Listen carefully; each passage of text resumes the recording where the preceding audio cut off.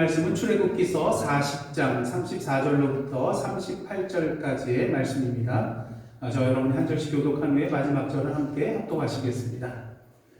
구름이 회막에 덮이고 여호와의 영광이 성막에 충만하매 모세가 회막에 들어갈 수 없었으니 이는 구름이 회막 위에 덮이고 여호와의 영광이 성막에 충만함이었으며 구름이 성막 위에서 떠오를 때에는 이스라엘 자손이 그 모든 행진하는 길에 앞으로 나아갔고 구름이 떠오르지 않을 때에는 떠오르는 날까지 나아가지 아니하였으며. 함께 읽겠습니다. 낮에는 여호와의 구름이 성막 위에 있고 밤에는 불이 그 구름 가운데에 있음을 이스라엘의 온 족속이 그 모든 행진하는 길에서 그들의 눈으로 보았더라. 아멘. 이는 하나님의 말씀입니다.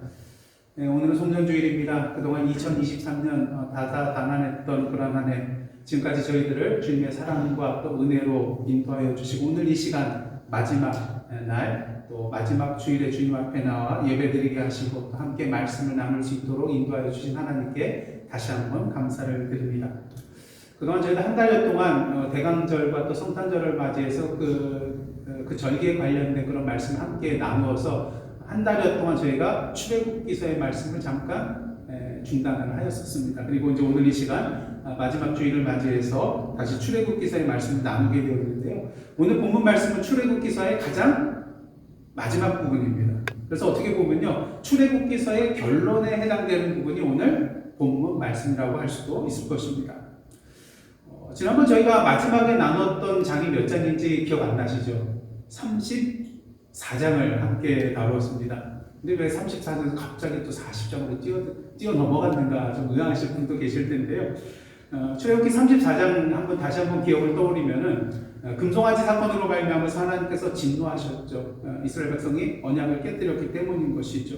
하지만 모세의 중보를 통해서 하나님께서 그들을 멸절하시고자 하는 마음을 돌이키시고 다시 한번 그들과 함께 언약을 세우시는 그러한 모습을 우리가 보게 됩니다.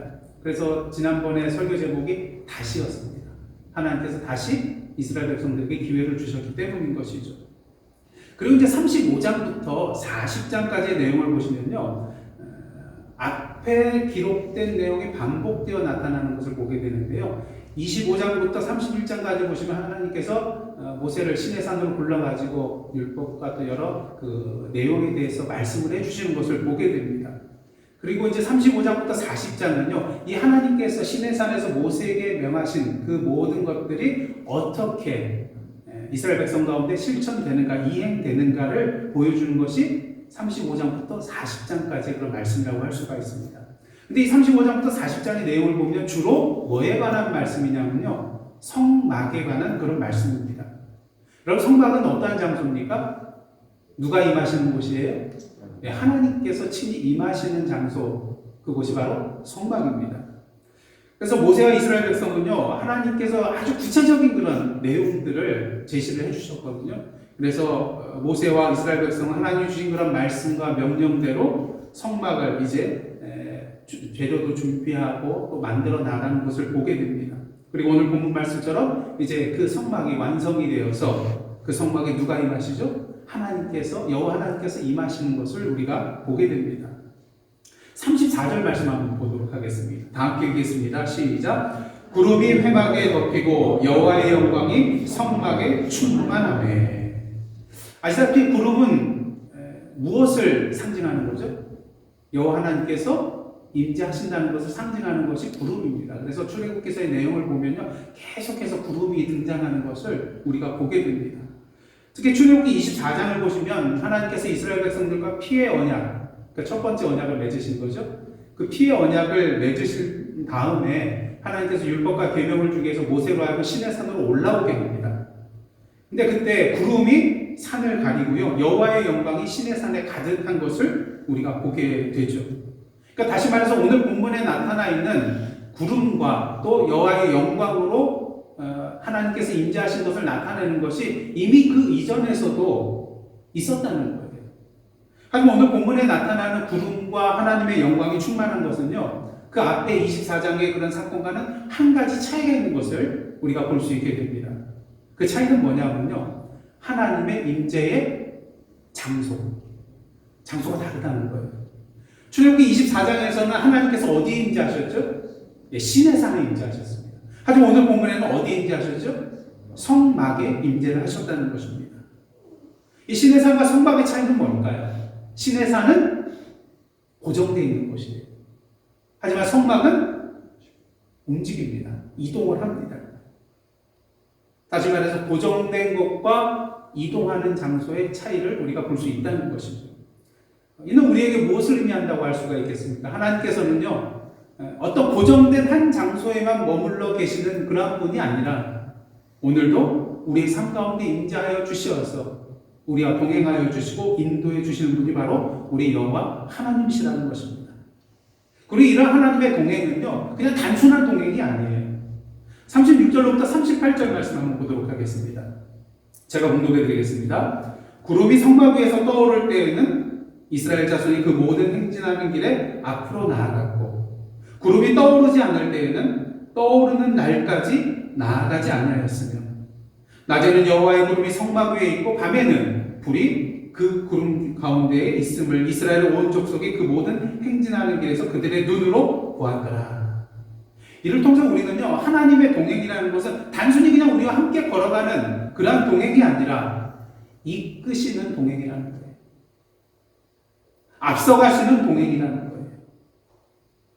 오늘도 우리의 걸어갈 길을 미리 아시고 그 길을 그 때에 맞게 인도해 나가시는 분이 바로 우리와 동행하시는 여호와 하나님이라는 것입니다.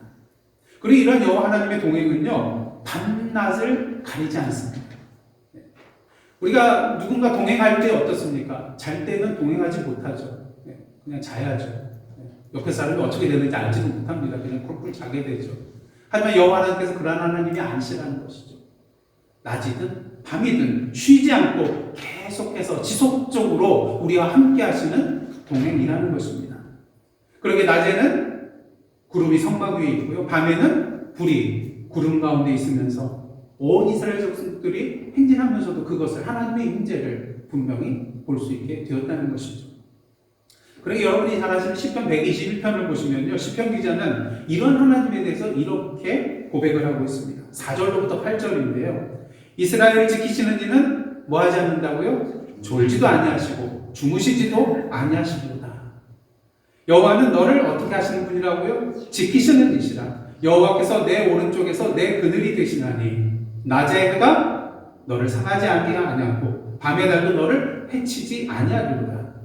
여호와께서 너를 지켜 모든 환난을 면하게 하시며 또 내 영혼을 지키시리로다. 중요한 것은요, 8절 함께 읽겠습니다. 시작. 여호와께서 너의 출입을 지금부터 영원까지 지키시리로다. 아멘. 우리 여호와 하나님의 동행은 이러한 동행이라는 거예요.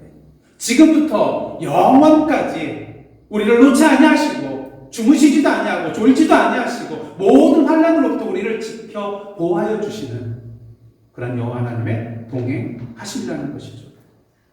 그런 면에 있어서요, 이스라엘 백성이 가야 할 길은 표면적으로 어디입니까? 목적지가 어디예요? 사실은 하나님께서 약속해 주신 젖과 꿀이 흐르는 가나안 땅이에요.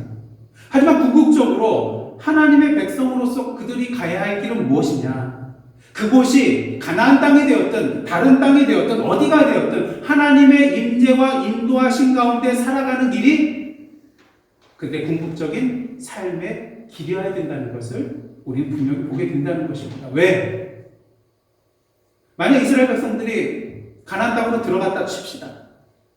그곳에 들어가서 살지라도 그들이 하나님의 백성으로서 하나님의 임재와 인도하심 없이 살아간다면 그 땅은 젖과 꿀이 흐르는 축복의 땅일까요?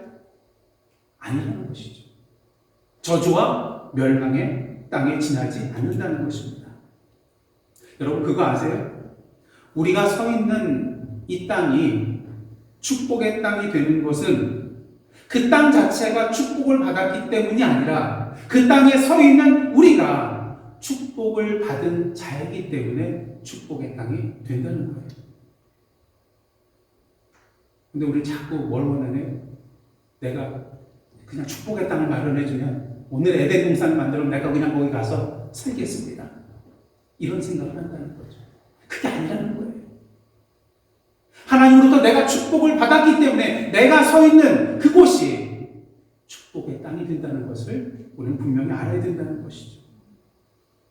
우리가 오늘도 어떤 존재로 서 있느냐에 따라서 우리가 서 있는 그 땅이 축복의 땅이 될 수도 있고 저주와 멸망의 땅도 될 수 있다는 것을 우리는 분명히 알아야 된다는 것입니다. 그런 의미에서 오늘도 하나님의 임재와 인도와 동행하심을 그 은혜와 복을 누리면서 우리의 삶 가운데 여호와의 영광이 충만하게 임하는 것을 세상에 드러내는 저와 여러분의 복된 삶 그리고 주님의 몸된 예사랑 선교교회가 되기를 주님의 이름으로 축복합니다. 자, 그렇다면 여호와의 영광이 충만하게 임하는 그 성막의 은혜와 복은 우리가 어떻게 누릴 수 있게 되는 것입니까? 35장부터 40장까지 전체적인 그런 내용을 쭉 한번 여러분들 시간 나실 때 보시기 바랍니다. 그러면 그 비결이 보여요. 그 주된 비결이 뭐냐면요, 하나님의 말씀대로 순종하는 것입니다. 앞서 말씀드린 35장부터 40장까지의 그런 내용은요, 하나님께서 말씀하신 대로 모세와 이스라엘 백성들이 하나님이 거하실, 임하실 성막을 만드는 그런 모든 과정들을 담아내고 있습니다. 그런 의미에서 출애굽기 35장 1절의 말씀은요, 이 35장부터 40장까지 전체의 서론에 해당되는 그런 말씀이라고 할 수 있어요. 그럼 서론이 참 중요하잖아요. 앞으로 무슨 얘기가 진행될 것인가. 1절 한번 다 함께 읽겠습니다. 시작. 모세가 이스라엘 자손의 온 회중을 모으고 그들에게 이르되 여호와께서 너희에게 명령하사 행하게 하신 말씀이 이러하니라. 성막을 만들기 위해서 모세가 가장 먼저 한 게 뭐예요? 회중을 다 이스라엘 회중들을 모아놓고 시내산에서 여호와 하나님께서 자신에게 명하신 그 모든 말씀들을 이스라엘 백성들에게 전하는 것이었습니다. 근데 그 말씀은 어떤 말씀이에요? 온 이스라엘 백성들로 행하라고 주신 어떤 말씀이에요? 명령의 말씀이었다는 거예요. 예, 그렇습니다. 하나님의 말씀은 그것이 무엇이 되었든지 간에 우리에게는 뭐가 되는 거예요? 명령이 되는 말씀이라는 것입니다. 왜? 그 말씀은 우리가 반드시 행해야 되는 말씀이기 때문인 것이죠. 왜 반드시 행해야 될까? 그냥 건너뛰면 안 될까요? 뭐 한두 개만 지키면 안 될까요? 근데 그 이유가 있습니다. 시편 119편 105절 말씀 보시면요, 제가 영상으로는 준비 안 했는데요, 주의 말씀은 내 발에 뭐예요? 등이요 내 길에 빛이니라. 주님의 말씀이 내 발에 등이 되고 내 길에 빛이 되기 때문에 그 길만이 우리의 살 길이라는 거예요. 그게 우리가 걸어갈 참된 진리와 생명의 길이라는 거예요. 그렇기 때문에 주님의 그 말씀은 우리에게 항상 명령이 되는 것입니다. 반드시 지켜 행해야 될 길이기 때문인 것이죠. 여러분, 최근 몇 년 사이에 철근과 시멘트 등 건축 자재 값이 그냥 폭등을 했어요. 그래서 요새 집을 건축하는 건축자들도 옛날 계약한 거 가지고 하면은 수지타산이 안 나죠. 또 한국에서도 보면 어떻습니까? 아파트 건축, 재건축하는데도 잘 달려들질 않아요, 건축업자들이. 왜? 수지타산이 안 났거든요. 그러다 보니까 한국에서 아파트를 건축할 때 원래도 많이 빼먹었는데요. 특히 건축 자재가 더 올라가다 보니까 어떻습니까? 공사비를 절약하기 위해서 설계 도면대로 짓지 않고 뭘 자꾸 빼먹어요. 뭘 빼먹죠? 가장 대표적인 것이 철근. 가장 중요한 거를 잘도 빼먹더라고요. 그리고 이런 철근이 부족한 아파트를 하면서 뭐라 그러는지 아세요? 예, 철근 빠진 순살 아파트. 순살 아파트. 뼈가 없이 살만 있다는 거예요. 사실 겉으로 봤을 때는 뭐 아무런 문제가 없는 것처럼 보여요. 하지만 어떻습니까? 시간이 지나고 또 하중을 받다 보면은 문제가 생기고 심지어는 무너져 내리기까지도 한다는 것이죠. 여러분, 사단이 우리를 유혹할 때 그리스도인들이 가장 잘 빠지는 유혹이 뭔지 아세요? 뭐 강력한 억압, 강력한 핍박, 뭐 이런 것도 힘들겠지만 이거에 가장 잘 넘어간다고요. 뭐라고 하냐면 옆으로 살짝 와가지고 이런 말을 해요. 너 지금까지 하나님 말씀 이렇게 잘 지켰잖아. 근데 요거 하나 안 지킨다고. 하나님 뭐라고 하겠어요? 지금까지 잘해왔는데, 지금까지 말씀 잘 지키고 순종했는데, 뭐 이까지 것쯤이야. 근데 넘어가더라고요. 큰 건 안 넘어가는데, 작은 건 넘어가더라고요. 2013년에 한국에서 F-5E라는 그런 전투기가 추락을 한 적이 있어요. 조사 결과 그 사고 원인이 뭔지 아십니까? 수평고리 날개를 작동시키는 그 연결 볼트 나사가 잘못 끼워졌대요. 그러니까 이 나사 하나 잘못 끼운 것 때문에 전투기가 추락해버리고 만 것입니다. 마찬가지로 하나님의 말씀에 대하여 이것 하나쯤이야 생각하는 저와 여러분 되지 않기를 원합니다. 왜? 그 하나의 작은 불순종, 그 하나의 작은 죄로 인하여서 우리 인생 자체가 추락하고 무너져 내릴 수도 있기 때문인 것이죠.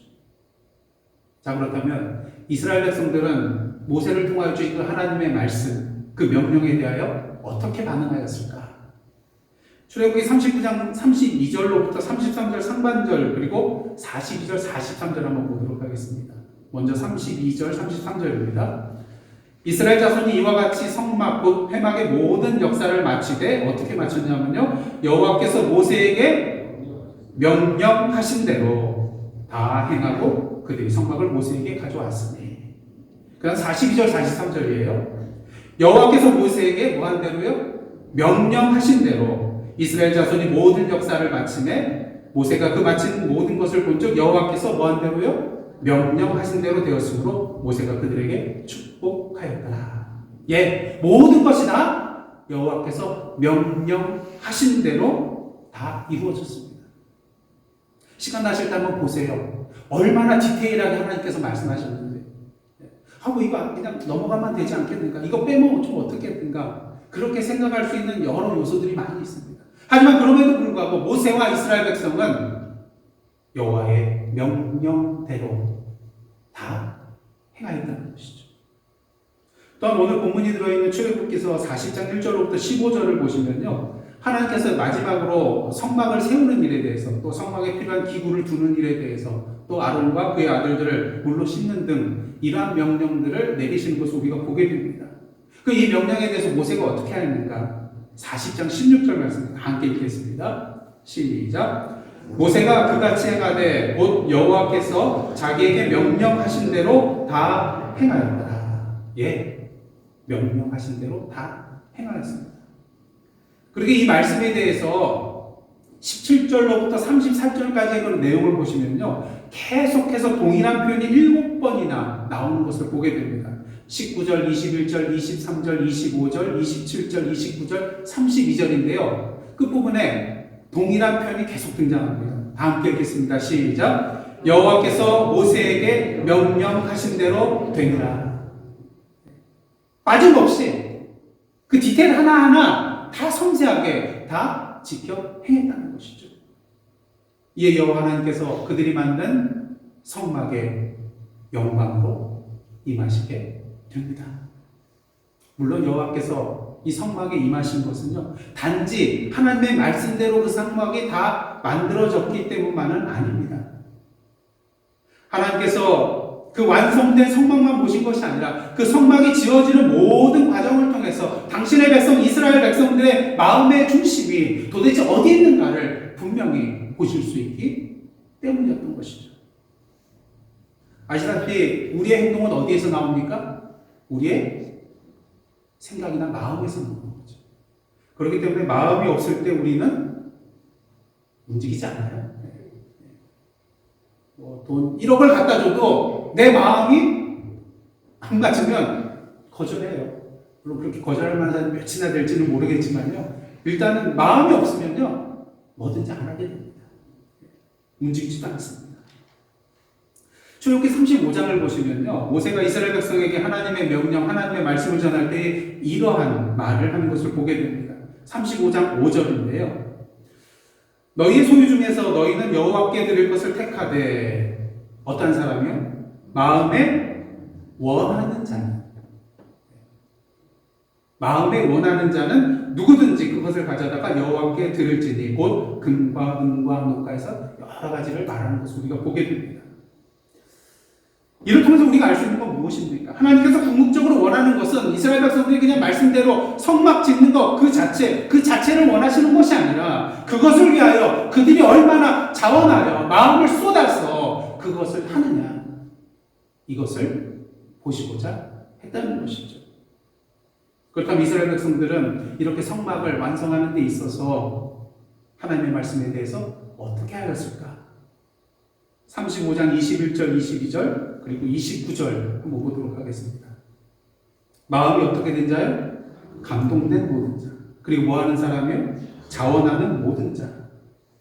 그다음 22절 보시면 마음에 원하는 남녀들이었어요. 그다음 29절 보시면 마음에 자원하는 남녀. 그리고 여호와께 자원하여 예물을 드렸다는 것입니다. 무엇을 말합니까? 이스라엘 백성들은 여호와 하나님의 그 성막을 짓기 위하여 억지로 어쩔 수 없이 도살장으로 끌려가는 어린 양처럼 그렇게 한 것이 아니라는 거예요. 자원하여 기쁜 마음으로 마음과 뜻과 정성과 힘을 다하여서 이 성막을 지어 나갔다는 것입니다. 그 마음의 중심이 어디 있었던 거예요? 여호와 하나님께 있었다는 것이죠.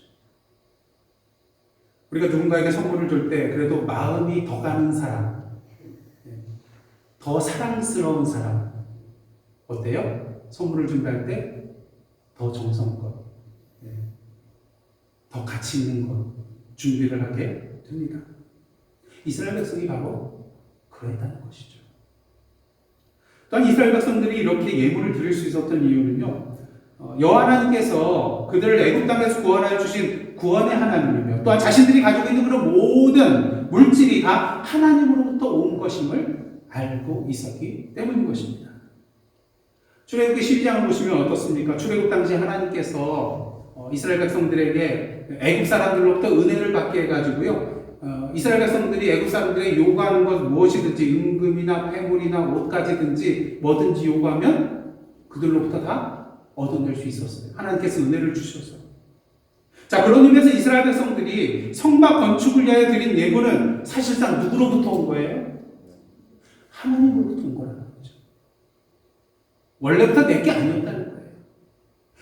하나님으로부터 온 것이라는 것입니다. 그러기에 하나님으로부터 온 것이기에 기쁜 마음으로 다시 그 일부분을 하나님 앞에 올려드릴 수 있었다는 것입니다. 만약 옆에 성도님들이 그냥 내가 당신을 사랑합니다, 그러면서 마음으로 다 주셨어요.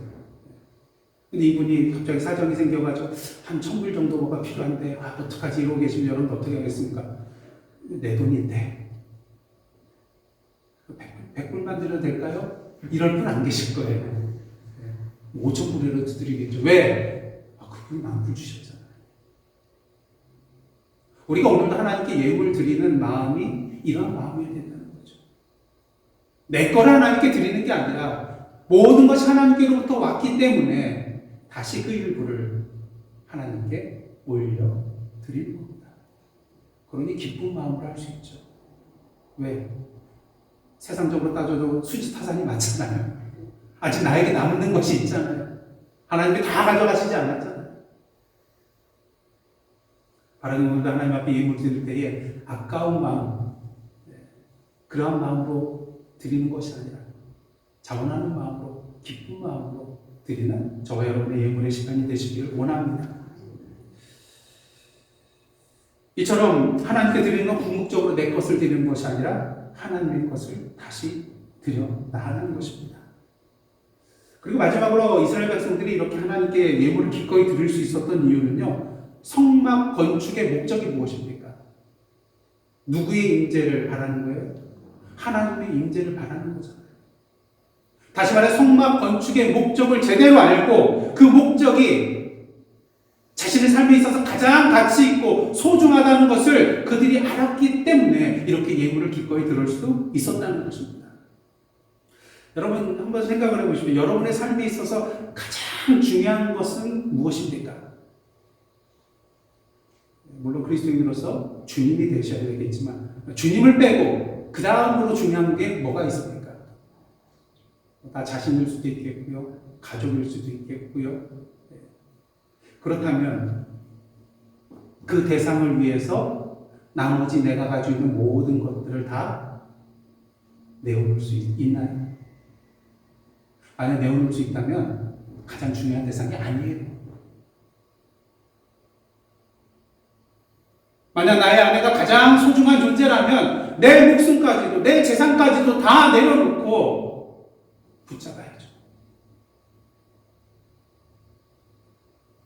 오늘 우리가 하나님께 기쁨으로 기꺼이 드리지 못하는 이유 중에 하나는 바로 이겁니다. 하나님께 드리는 것이 소중하고 가치 있는 것이라고 아직도 여겨지지 않기 때문인 것이죠. 하지만 이스라엘 백성들은요, 그 소중함을 알았어요. 하나님의 임재가 그들의 삶 가운데 얼마나 중요하다는 것을 분명히 알았어요. 그러기에 아낌없이 자원하여 예물을 드렸다는 것이죠. 그렇게 출애굽기 36장을 보시면요, 이스라엘 백성이 성막을 건축할 때에 드린 예물이 딱 이분으로 맞은 게 아니고요. 어떻게 됐을까요? 모자라서 모세가 비자국을 꺼내가지고 했을까요? 아니요. 쓰기에 남음이 있었어요. 어느 정도로요? 모세가 이제 그만 가져와요. 이제 더 이상 가져가지 않아도 됩니다. 이렇게 말할 정도로 쓰기에 남음이 있었다는 것이죠. 이스라엘 백성들의 마음이 어땠는가? 무엇을 가장 소중하게 여기는가? 분명히 알 수 있는 그러한 내용이라고 할 수가 있다는 것입니다. 이렇게 35장부터 40장의 그런 이스라엘 백성들의 모습을 정리하면요, 간단히 말씀드리면 이렇습니다. 이스라엘 백성은 하나님의 임재를 위한 성막을 만들라는 하나님의 말씀에 순종하여 그대로 행하였습니다. 이렇게 할 수 있었던 그들의 마음의 중심이 누구에게 가 있었어요? 여호와 하나님께 가 있었기 때문인 것이고요. 그렇게 그들은 자원하는 마음으로 기쁨으로 아낌없이 하나님으로부터 온 그 물질의 일부를 다시 하나님께 예물로 드릴 수 있었던 것입니다. 저는 이러한 이스라엘 백성들의 모습을 통해서요, 하나님께서 오늘 원하시는 참된 예배자의 모습이 어떠한 모습인지를 분명히 볼 수 있었습니다. 하나님의 임재를 사모하면서 하나님의 말씀대로 마음과 뜻과 힘과 정성을 다하여 기쁨으로 성막을 준비하던 그 이스라엘 백성들의 모습, 바로 오늘 이 시대에 하나님께서 찾으시는 예배자의 모습이라는 것이죠. 그렇게 그 성막에 하나님께서 임재하셨고요, 그 성막은 하나님의 영광으로 가득했었던 것입니다. 이제 오늘 본문의 말씀을 끝으로 출애굽기서는 끝나게 됩니다. 왜요? 이스라엘 백성들을 출애굽시켜 주신 하나님의 궁극적인 목적이 뭐였어요? 이 이스라엘 백성이 당신의 백성으로서 당신만을 섬기고 당신만을 예배하게 하기 위한 것이 출애굽의 궁극적인 목적이었잖아요. 근데 이제 이 목적을 이룬 것입니다. 이제 그들을 당신의 백성으로 다시 한번 완전히 삼아주시고 이제는 예배하는 백성으로서 살기 시작을 했잖아요. 근데 중요한 것은요, 이렇게 하나님의 성막이 온전히 세워지고 하나님께서 그들 가운데 임하셨다고 해서 출애굽기의 이야기가 이걸로 완전히 끝난 것은 아니라는 것입니다. 왜요? 이 하나님이 임하시는 성막의 완성이라는 것은요, 이스라엘 백성들에게 있어서 이제 하나님의 임재와 인도하신 가운데 하나님 앞에 하나님의 백성으로서 참된 예배자의 삶을 살아가는 데 있어서 새로운 출발의 시점이기 때문인 것입니다. 성막의 완성이 이스라엘 백성들에게 있어서 예배자로서의 완성이 아니라 이제 예배자로서의 삶의 시작이요, 출발이라는 것입니다. 그러기에 출애굽기서의 말씀은 우리 성경책으로는 끝났지만 오늘도 예배자인 우리의 삶을 통하여서 계속해서 진행되고 있다는 것입니다. 이제 말씀을 마치고자 합니다.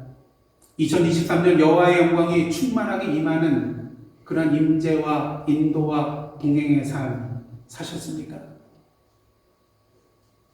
만약 부족한 부분이 있다면 혹시 내가 하나님의 말씀대로 다 순종하며 살았는지, 또 저희들 2023년도 표가 뭐였어요? 모든 시선을 주님께 드리는 교회. 정말로 나의 시선을 온전히 주님께만 드리며 살았는지 다시 한번 살펴보기를 원합니다.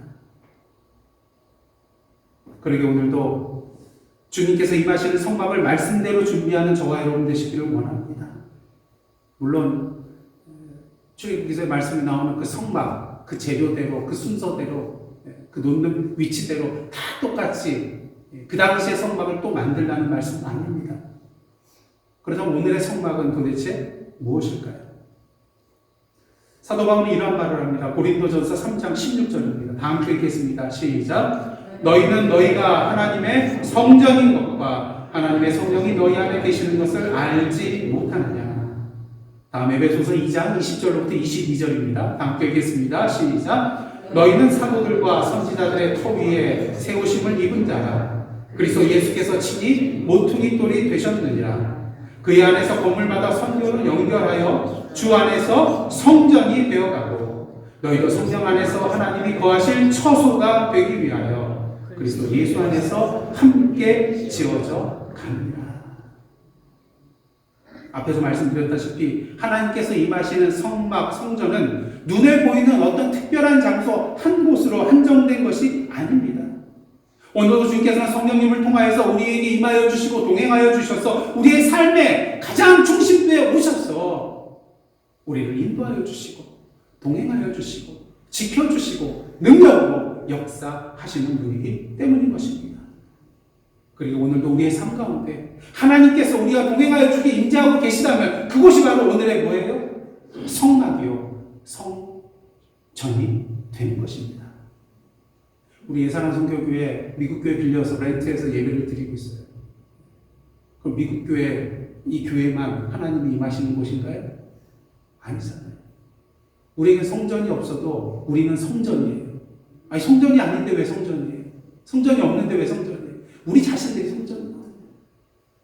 교회는 건물이 아닙니다. 교회는 믿는 사람들의 모임이요 공동체입니다. 그러게 저와 여러분이 오늘 여호와 하나님이 임하시는 성전이 되는 것이죠. 바라기는 말씀 위에 굳게 서서 마음과 뜻과 정성과 힘을 다하여서 그 말씀대로 순종함을 통하여서 오늘도 우리를 향하여 내 백성 이스라엘아, 내 백성 이스라엘아 말씀하시는 그 하나님의 임재와 인도하심과 동행하심을 온전히 누리시는 그리하여 여호와의 영광이 충만하게 임하시는 저와 여러분들의 복된 삶 그리고 주님의 몸된 예사랑 선교교회가 되기를 주님의 이름으로 축복합니다. 여기서 다 마치면 좋겠는데요. 한 가지만 더 말씀드릴게요. 출애굽기 40장 2절과 17절을 보시면요. 하나님께서 첫째 달 초하 위에 성막을 세우라고 하시고요. 그 다음 모세가 그 말씀대로 순종하여서 출애굽한 지 2년째 되는 둘째 첫 달 그 달 초하 위에 성막을 세우는 것을 우리가 보게 됩니다. 언제요? 첫 달 초하 날. 이제 내일이면 2024년 새해 첫 달 초하루가 됩니다. 바라기는 새해를 맞이하여서 다시 한번 주님 앞에 성막을 세워나가며 그 주님의 임재와 인도하심과 동행하심을 온전히 누리시는 그래서 오늘의 출애굽기의 속편을 써 내려나가는 저와 여러분의 복된 삶 되시기를 주님의 이름으로 축복합니다. 기도하시겠습니다. 하나님, 오늘도 주님의 말씀대로 순종하며 우리의 마음을 주님께 두고 마음과 뜻과 정성과 힘을 다하여 행함으로써 주님께서 임하시고 동행하여 주시는 오늘의 성막의 삶을 살아가게 하여 주옵소서. 그래야 오늘도 우리의 삶 가운데 임하시고 거하시고 능력으로 인도하여 주시는 그 여호와의 영광이 그 영광의 충만함을 이 세상에 밝히 드러내는 저희의 복된 삶 그리고 주님의 몸된 예사하는 선교교회 되게 하여 주시옵소서. 이 모든 말씀 예수님의 이름으로 기도드리옵나이다. 아멘.